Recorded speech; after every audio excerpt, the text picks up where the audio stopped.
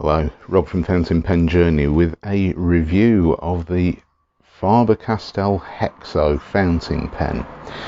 So, this is brand new to the UK market and the worldwide market. I saw this mentioned in a post on Facebook, I think. I'm pretty certain it was Facebook, a couple of weeks ago. If you subscribe to Faber Castell's mailing list, I think that's how they notified everybody. So, literally just been released. The pen retails for roughly 35 to 40 pounds UK, British pounds.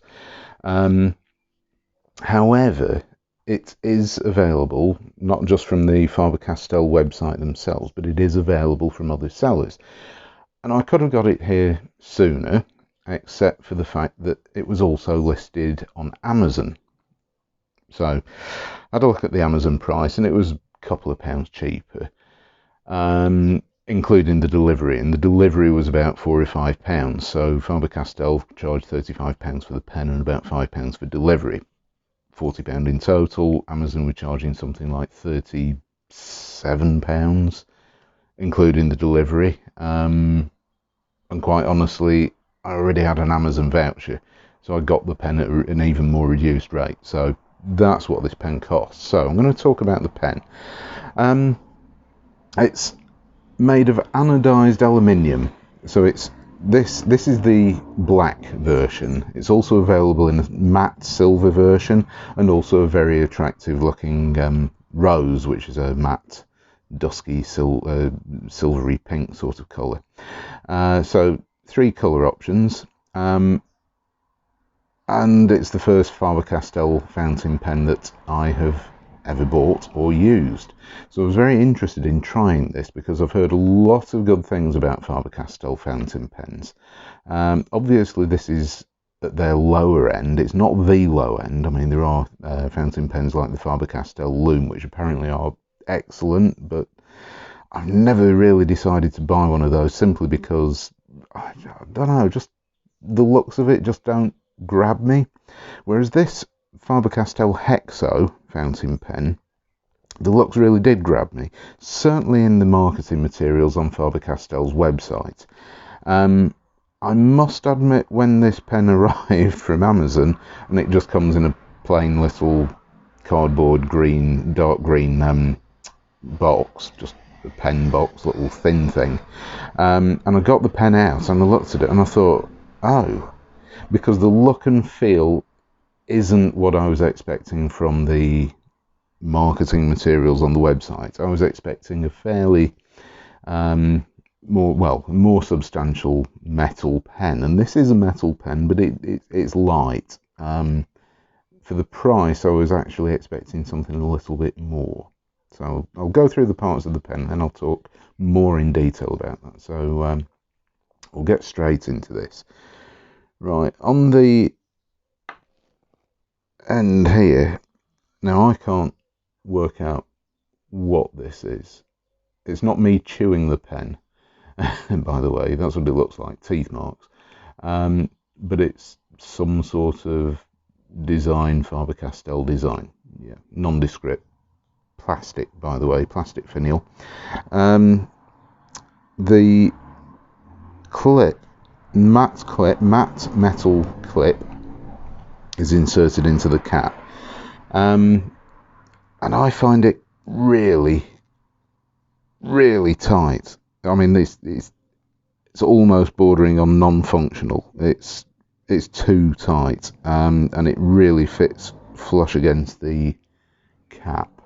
As you can see, it is rounded and it matches the cap, and I mean, you're not going to use that to slide onto paper of any sort because it is just going to shred it. The pen's hexagonal, as in the name, Hexo. So it is faceted, as you can see. I'll try and give you a neutral sort of background. There you go. 1, 2, 3, 4, 5, 6 sides, 6 facets. And that's on the cap as well as the pen body, the barrel. The pen barrel, it is a give you an overview of the shape of this pen. It's a nice shape. It's a bit more interesting than some. Seems to be a lot more wider in the dimensions towards the cap, and it does taper down to the base, which is nothing. It's all part of the same milled aluminium.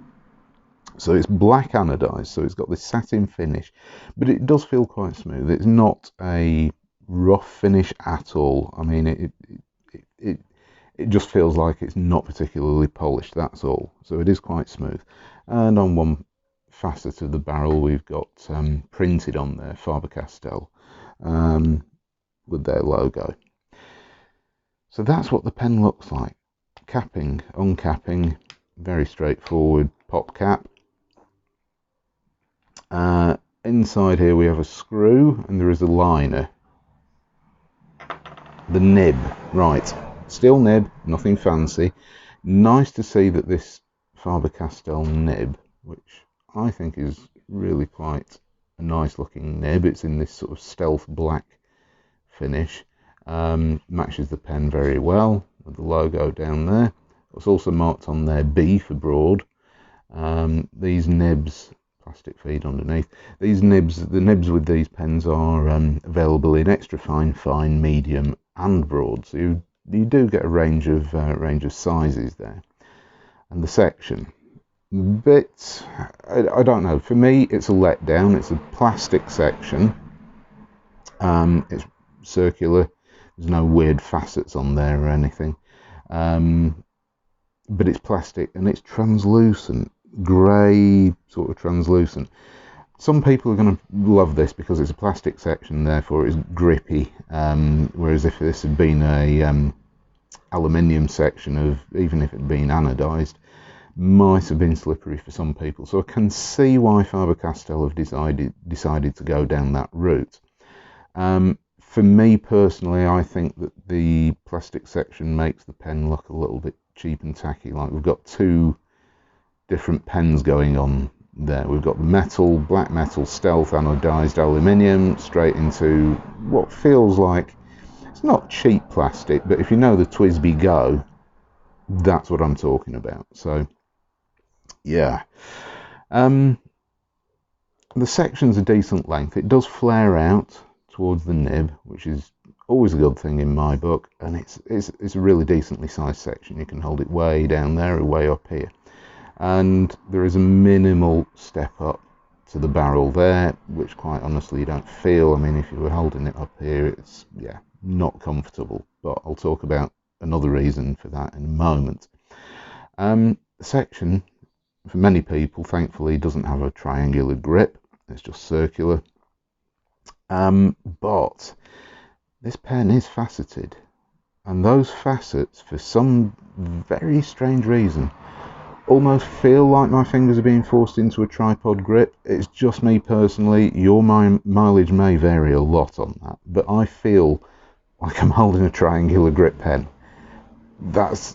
It's psychological. It's hard to explain, but in my mind, I'm holding a tripod grip, a triangle grip in a tripod, triangular section in a tripod grip with this pen, and I can't get my head away from it. It's bizarre. I mean, it's perfectly round. There is nothing, no facets, nothing like that. But as soon as this is in my hand, I feel like I'm holding a triangular section. It's just weird. I can't figure it out. It's got to be the facets on the pen which are conning my brain into thinking I've got a triangular grip section, which personally I don't mind, but I know a lot of people can't stand them. So unscrew the barrel. Obviously we're looking at standard international cartridge or converters, so nothing remarkable there. Plastic in there, and it looks like it's plastic all the way to the end of the barrel, but quite honestly those 4 holes potentially would deter me from using this as an eyedropper. I know that this bit is plastic of the section, so theoretically if they were sealed you could use this as an eyedropper, but it's not something I'm willing to willing to go for. As you can see, the plastic extends beyond the barrel there. So I fitted this with a Pelican Edelstein Tanzanite ink cartridge. There you go. And that screws on there. So you can see where, and oh, interestingly, there is it's almost like a locking position, which is really good. I quite like that. It's nice to see that this has also been designed so that the Faber Castell logo lines up with the top of the nib of the fountain pen, and I'm not sure if that is always going to be the case, but it does seem to be. Does the pen post? Yes, completely. Very, very deeply, very, very securely. This is, you know, if you want to use this pen posted, absolutely. And it's a decent size when it's posted. It's also a decent weight, but it does feel back heavy. This cap is bigger than it's more girthy than the actual diameter of the pen, and it feels a bit wrong to me. It's not a pen that I would write with posted, but it is a good length. Let's compare it with what I would compare this pen to, and that is the Lamy Al-Star. This is the All-Star Tourmaline. It's very, very similar in size. Lamy is slightly longer by 3mm, something like that. Obviously different designs of pen, different filling system from the point of view that you've got the proprietary filling system with the Lamy and Standard International with the Faber Castell. So the Faber Castell, from my point of view, is always going to win hands down in that contest. Pop the caps off, and you can see side by side there that the Lamy is almost a centimetre longer. Posted,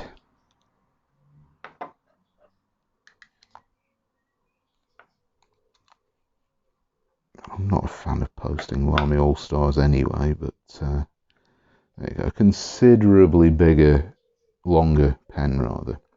But in terms of width, they are quite similar. The Lamy is a slightly narrower pen, but not by much, not something that I would particularly notice. Weight-wise, Lamy Al-Star, Faber Castell Hexo, very, very similar in weight. There's not a lot in it, to be honest. If anything, I'd say the Faber Castell is perhaps a couple of grams lighter or so, just on my calibrated hands here. I'm not going to weigh these pens because, quite honestly, they're metal pens, but this is not solid, you know, robust. I mean, it's robust, but it's not bulletproof stuff.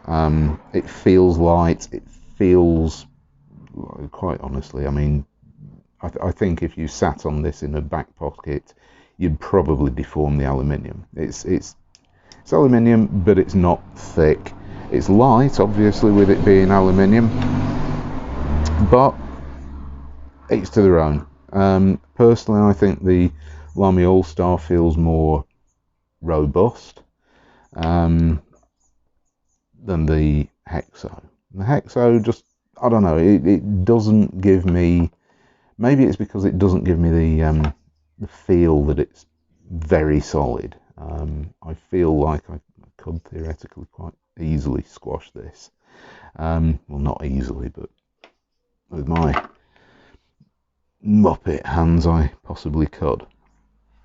So we've talked about the colours and everything, so let's talk about the writing experience. Write down the name of the pen to begin with.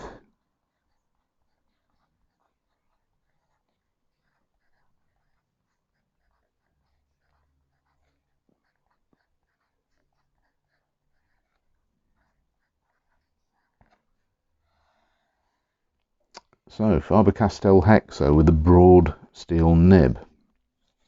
First thing you might notice, this is broad nib. It's a broad nib. Let's have a look at something. I did a pen review recently of this blue and white Chinese porcelain fountain pen, which has a medium nib.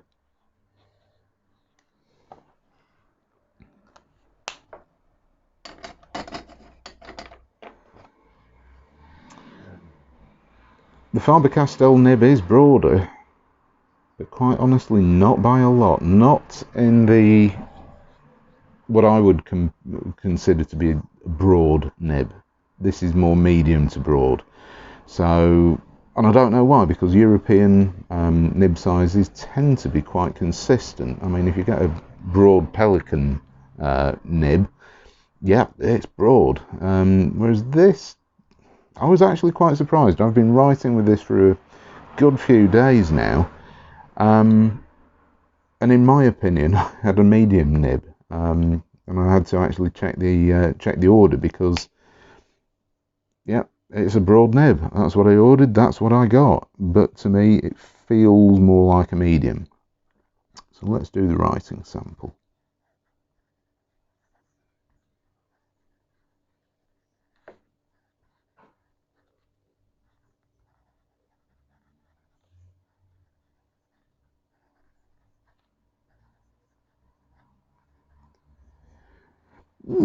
It's broadish, but it's not broad.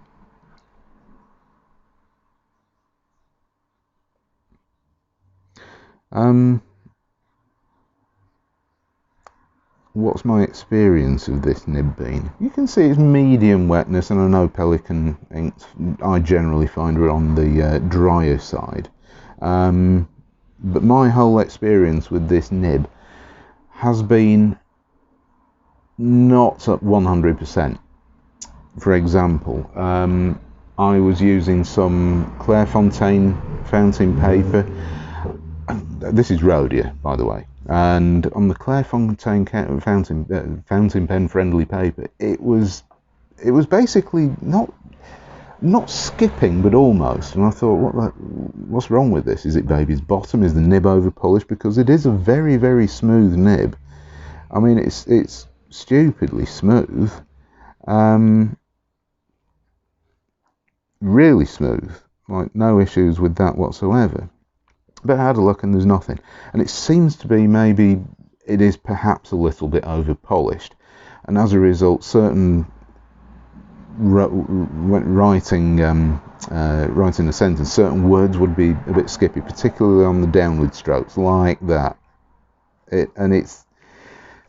It's something I've found, and the worst thing is it's almost like the nib dries out, because if I leave this thing capped, leave it 24 hours, come back to it, and your downstrokes just don't seem to work. It seems to take a little bit of coaxing to get the nib to write properly. But once it is writing, as you can see here, I mean, it lays down ink without any issues whatsoever. I mean, no problem there whatsoever. As for line variation, none. This is a stiff nail. You can squeeze a tiny bit more ink out, but this is not a nib you really want to press any further. So, yeah, it's a stiff, smooth nib. And it's functional. It works. But is it actually that great? To be honest, I've had Lamy nibs in the All-Star, as I mentioned earlier there. Lamy Al-Star, Lamy Safari. Those nibs sometimes have been really good, sometimes have been pretty awful, but they're easy to tune. This nib is, I haven't touched this nib, and this is just straight out of the box, and it's just, in all honesty, unimpressive. It works, it does the job. It's not the best writer, to be honest. It's smooth. I'm not going to take that away from it. So if you want smoothness, it's a good nib. There we go. Nice skip down there. There we go. Put a tick in. So tick for smoothness. Consistency, I'd say perhaps over polished. So we'll get a cross for that, and the cross for the fact that it's just a little bit inconsistent when you start writing with it.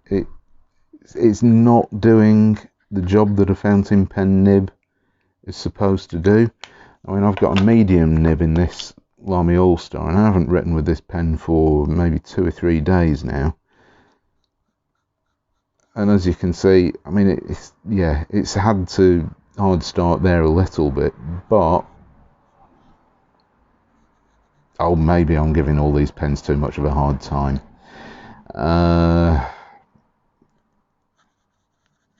Oh, you know what? Maybe I am.